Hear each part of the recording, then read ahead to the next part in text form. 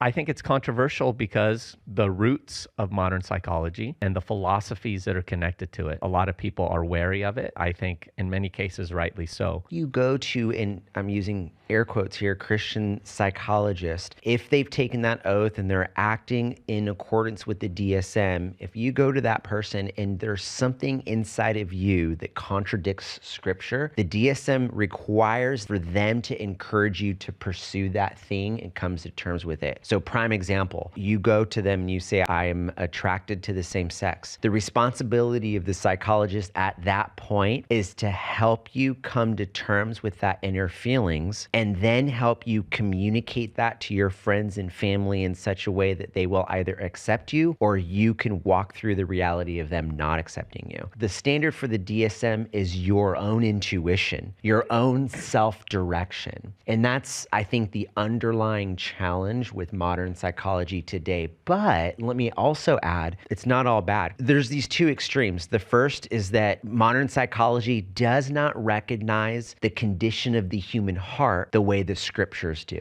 Our heart is broken. Our heart is full of sin, and our heart misdirects us. Our heart is full of deceit, right? It should not direct the way in which we live. Modern psychology makes everything a biological issue and ignores the spiritual. On the other hand, there are certain Christian circles that tend to over-spiritualize everything. They tend to look at all forms of anxiety, all forms of mental health as like, well, this must be a lack of faith, a lack of this, a lack of that. And they don't recognize the importance of the biological. And so let me just give one example of where the biological is really important. I have a good friend who has stage 4 cancer. And so he's taking medication to help him live because he should have already died. He has children and he's trying to live. And one of the side effects to these antibiotics was anxiety. And when he started taking it, he started experiencing extreme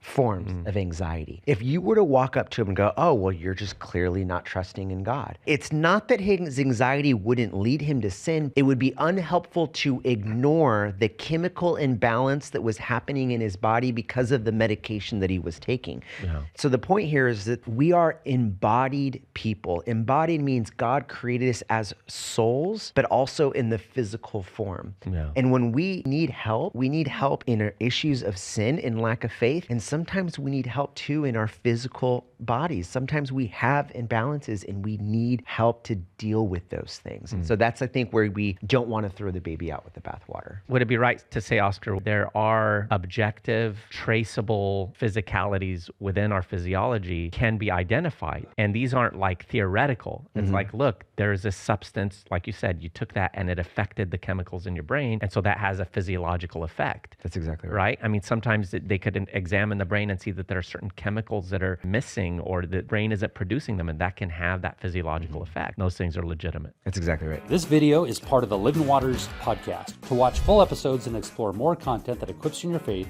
visit livingwaters.tv. You can listen to the full episode titled on the screen for free on all major podcast platforms.